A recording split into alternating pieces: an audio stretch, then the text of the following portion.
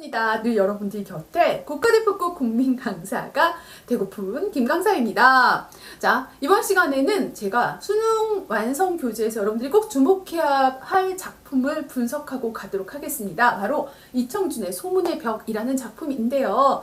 이청준의 작품은 여러분들 줄이라는 작품과 병신과 머저리 이 정도의 작품으로 이미 알고 있을 거예요. 아는 친구들도 있겠지만 사실 이청준 선생님의 작품은 최근 들어서 수능 완성 교재나 혹은 수능 특강 그 외에 모의고사에서도 굉장히 많이 응용되고 있는 부분이기 때문에 제가 다른 작품보다 무엇보다도 이 작품을 강조하는 데에는 아마도 이번 수능에 굉장히 출제 가능성이 높지 않을까 하는 김강사의 감 때문입니다. 그러니까 우리 작품에 대해서 조금 더 분석해 가면서 여러분들이 이 수능을 치르기 위해서 꼭 알아야 할 이 소문의 벽의 포인트가 무엇인지 한번 살펴보고 가도록 할게요. 교재에 나와 있는 내용은 극히 일부예요. 그렇기 때문에 제가 작품 속의 전체 줄거리 간단하게 요약하고 그리고 작품 속의 내용들 분석하고 가도록 할게요. 소문의 벽이라는 작품, 이청준 작가가 70년대 쓰고 있는 작품이에요. 당시 시대 상황을 바로 이 전직불의 공포로서 드러내고 있다라고 볼 수 있는데요. 작품 속의 내용을 간단하게 설명을 하도록 할게요. 일단 작품 속의 서술자는 잡지사 편집장인 나입니다. 나는 어느 순간 바로 밤에 길을 가다가 우연히 한 사내를 만나게 되는데 그 사내가 자기는 쫓기고 있는 사람이니까 자기 좀 숨겨주세요 라고 이야기를 하게 돼요. 얼떨결에 우리 집에 데리고 와서 하숙집에서 같이 하루를 지냈는데 다음날 이 친구가 disappear, 사라져버립니다. 그냥 건너갈 수도 있는 일인데도 불구하고 나는 이 사내가 묘하게 궁금해졌어요. 그래서 근처에 있는 정신병원에 가게 됐는데 아니나 다를까 그 근처의 정신병원에서 탈출한 인물 바로 그의 이름은 박준이라는 걸 알게 되죠. 근데 이 박준이라는 친구가 정신병원에 입원하게 된 그 계기가 굉장히 특이하다라고 볼 수 있어요. 일종의 히스테리 증상이라고 볼 수 있는데요. 바로 진술공포증이라는 이 병세를 앓고 있다는 거 여러분도 주목해서 봐야겠죠? 그렇다면 진술공포증이 뭐냐? 끊임없이 무언가에 쫓기고 있다는 생각이 들게 되면 그때부터는 진술을 하지 않는, 입을 막아버리는 그런 특이한 병이라고 볼 수 있어요.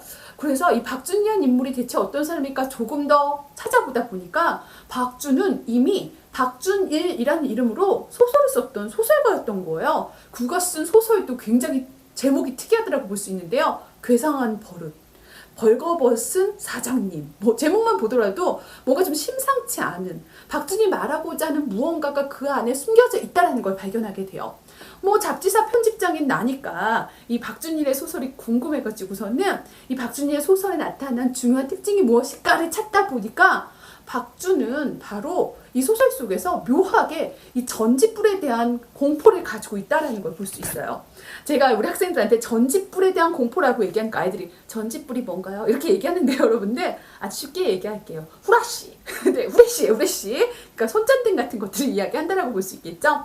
이 전직불의 공포의 이 근원이 무엇일까? 박준의 어떤 경험담을 갖다가 찾다 보니까 박준이 6.25 전쟁 당시에 남해의 한 작은 마을에 살고 있을 때 갑자기 한밤중에 아무것도 볼 수 없는 상황에서 들이닥친 사람들이 전직불을 들이대면서 엄마와 나에게 너는 공산당 쪽이야? 국군 쪽이야? 좌익이야? 우익이야? 이것을 강요했던 상황을 기억하게 되죠. 이 상황이 이렇다는 걸 알게 되죠. 자, 여기서 바로 박준은 어떤 대답을 하느냐에 따라 자기 목숨이 왔다 갔다 할 수 있는 상황이에요. 결국은 그 전직불 뒤에 있는 사람들에 의해서 나의 진술이 이렇게 지배를 받을 수밖에 없는 상황에 되는 거고요. 이 기억이 계속해서 박준의 기억 속에 남아서 그의 소설 속에 전직불의 공포로서 나타나게 되는 거겠죠. 그래서 바로 이 나라는 인물은 이 박준의 병명의 증세를 알게 되고 이 박준의 담당 의사인 김 박사, 이분도 김씨네. 김 박사를 찾아가게 됩니다. 근데 김 박사는 권위적인 인물이에요. 여러분들이 이 작품에서 살펴봐야 할 몇몇 권위적인 인물들이 있는데요. 이 김 박사는 나의 말을 믿지 않아요. 그리고 결국에는 해서는 안 될 행동을 하게 됩니다. 이 박준에게 후레쉬 전직불을 들이대고요. 얘를 치료하기 위한 공포스러운 이런 치료법을 적용하게 되죠. 어떻게 됐을까요? 네, 박준은 그날 밤 정신병원을 탈출하게 됩니다. 또 탈출하게 됩니다. 자, 이런 박준의 모습을 보면서 나는 이 박준한테 진술을 거부하게 만든 것이 과연 무엇일까? 당시 시대적인 어떤 압박과 검열이 자유롭게 자기 이야기를 해야 할 작가가 그렇게 자기 얘기를 할 수 없게끔 만든 것은 아닐까라는 이야기를 하게 되고요. 그리고 이런 시대 현실에 대해서 어떤 안타까움을 느끼게 된다라고 볼 수 있겠죠. 여기서 기억해야 할 것은요. 바로 진술공포증. 이 진술공포증의 원인은 바로 보이지 않는 그 실체를 알 수 없는 세력 뒤에 세력을 뒤로 하고 전직불로서 상대를 억압하고 압박하고 있는 이런 전직불 공포와 연관이 있다는 걸 기억하면서요. 이 전직불 공포가 갖고 있는 의미를 역시 작품 속으로 들어가서 조금 더 내용 보고 가도록 할게요. 자, 소문의 벽이라는 작품, 여러분들 수능 완성에 있는 작품이에요. 제가 기억하기로 실전편 3회인가라고 기억을 하고 있거든요. 처음부터 이렇게 나오고 있는데요. 이 작품은 이청준의 소설들 중에서도 굉장히 많이 응용되기도 하지만 최근 와서 이렇게 수능 출제들의 최근 기출문제에서 좀 발견이 안 되는 것이 좀 아쉬운 부분이었어요. 그만큼 여러분들 수능 때 이 작품이 출제될 가능성이 높다라는 것을 기억해 주길 바랍니다. 그런 의미에서 김 강사가 바로 이 수문의 벽이라는 작품을 조금 더 분석하고, 그리고 여러분들 보면 알겠지만 뭐 연계됐어 해서 보면 그 부분이 아니라 막 딴 부분이 나오고 막 이러잖아요. 전체적인 앞에 줄거리 바탕으로 해서 여러분들이 이 작품에서 포인트로 봐야 할 것들이 무엇인지 간단하게 설명하고 가도록 할게요. 앞에서도 얘기했지만 이 작품에서 가장 주목해서 봐야 할 것은 진술공포증의 원인이 된다라고 이야기를 했습니다. 그런데 이 진술공포증의 원인은 과거의 원인으로 시작해서 현재까지 박준에게 영향을 미치고 있다는 걸 주목해서 봐야 하는 거예요. 자, 과거 경험 속에서 이 진술공포증의 원인은 바로 6.25 전쟁이라는 시대 상황과 관련이 있습니다. 그래서 우리는 이 진술공포증을 단지 전직불에 의한 개인적인 공포, 박준의 공포로 볼 것이 아니라 6.25라는 전쟁 시대 상황과 연관지어서 볼 수 있어야겠고요.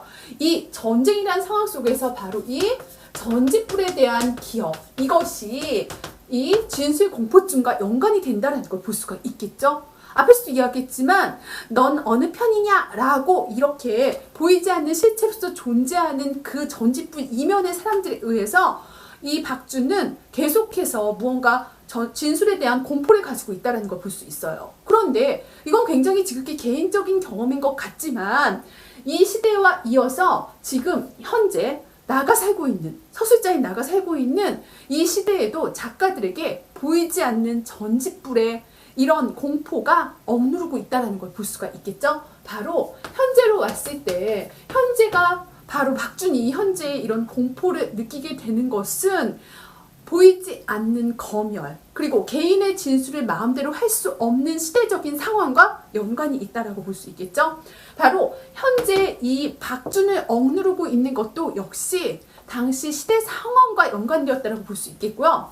그 시대 상황의 가치관을 대표하는 인물이 바로 문학 편집자인 안형, 그리고 저와 성의도 똑같은 바로 이 김 박사라는 인물이 나타나게 됩니다.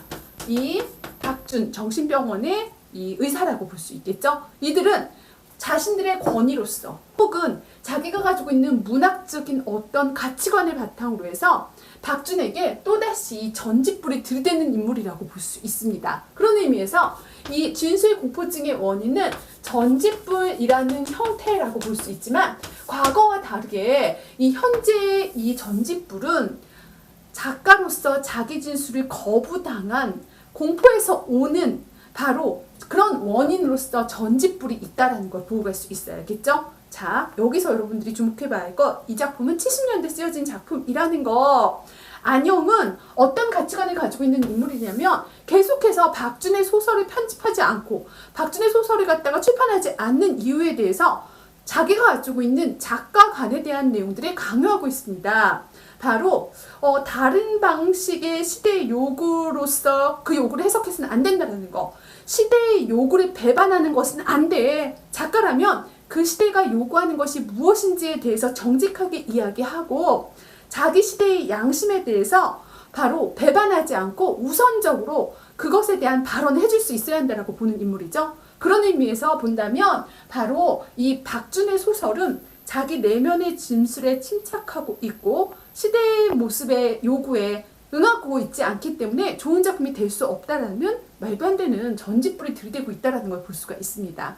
김 박사 씨도 마찬가지예요. 여기서 의사인데도 불구하고 이 전짓불의 원인이 무엇인지를 알고 있으면서 자기 권위로서 박준을 억누르고 억압하려는 사람들이라는 걸 볼 수 있겠죠. 여기서는 개인의 의미로서 나타나고 있지만 실질적으로 여러분들이 과거와 현재에 이르러서 들이대고 있는 이 전짓불은 당시 시대적인 어떤 요구, 그리고 시대적인 공포, 그리고 작가로서 자기 진술을 아주 자유롭게 할 수 있는 언론의 이런 특징을 가지고 있는 작가들마저도 결국에는 이렇게 억압될 수밖에 없는 상황 속에 놓여 있다는 걸 바탕으로 해서 서술자인 나가 이런 상황에 안타까움을 느끼게 되고요. 보이지 않는 검열에 의해서 수많은 표현의 자유가 이렇게 억압당할 수밖에 없는 상황들, 이것들에 대한 비판의식을 이야기하고 있다는 걸 엿볼 수가 있겠죠. 자, 제가 이 작품에서 가장 주목해서 봐야 할 진술 공포증의 의미에 대해서 이렇게 생각해서 여러분한테 이야기했고요. 이청준의 작품은 이렇게 시대 상황에 대해서 개인의 내면이 느끼는 공포, 그리고 개인이 피해자로서 어떻게 이 시대에 대응해야 하는가에 대한 문제점들을 아주 명확하게 이야기하고 있다고 볼 수 있습니다. 사실 저는 대학교 졸업할 때 졸업 논문으로서 이청준 소설, 특히 소문의 벽에 대해서 다룬 적이 있어요. 그렇기 때문에 여러분들이 수능 교재에서 다시 이 작품을 봤을 때 굉장히 반가웠어요. 그래서 제가 이 얘기를 여러분한테 왜 하냐면은 여러분들도 아마 나중에 수능 볼 때 이 작품을 작품 속에서 봐요. 막 문제를 풀려고 했는데 막 이 작품이 있는 거야. 그러면 아우 반가워라 하면서 굉장히 즐거운 마음으로 문제를 풀었으면 하는 바람이 있고요. 제 강의가 여러분들의 즐거움에 보탬이 되길 바라는 마음이 있습니다. 자, 다음 시간에도요. 이렇게 꼭 알아야 할 작품들, 수능 완성 교재나 수능 특강, 시리즈 교재 외에도 올해 출제될 수 있는 중요한 작품들이 뭐가 있는지 김강사의 눈으로 분석해서 다시 여러분들 만나도록 할게요. 안녕. 소문의 벽. 왜 하필이면 소문의 벽일까 생각해보면 돼요. 그러니까 뭐 예를 들자면은 우리가 벽을 하면은 생각나는 게 내 앞에 벽 이러면은 무슨 생각 들어요? 보통은 이제 뭐 답답함, 격리 막 이런 의미를 가지고 있어요. 그런데 막 무수한 편견과 오해로 막 가득 찬 이 소문의 실체를 알 수 없는 정말 그 유형화되지 않은 그런 벽이 나를 이렇게 둘러싸고 있다고 생각을 해봐. 그러면 너무 공포스럽잖아. 바로 이런 박준이 이런 상황에 대한 어떤 공포감을 갖다가 이렇게 소문의 벽이라고 이렇게 이야기를 하고 있어요.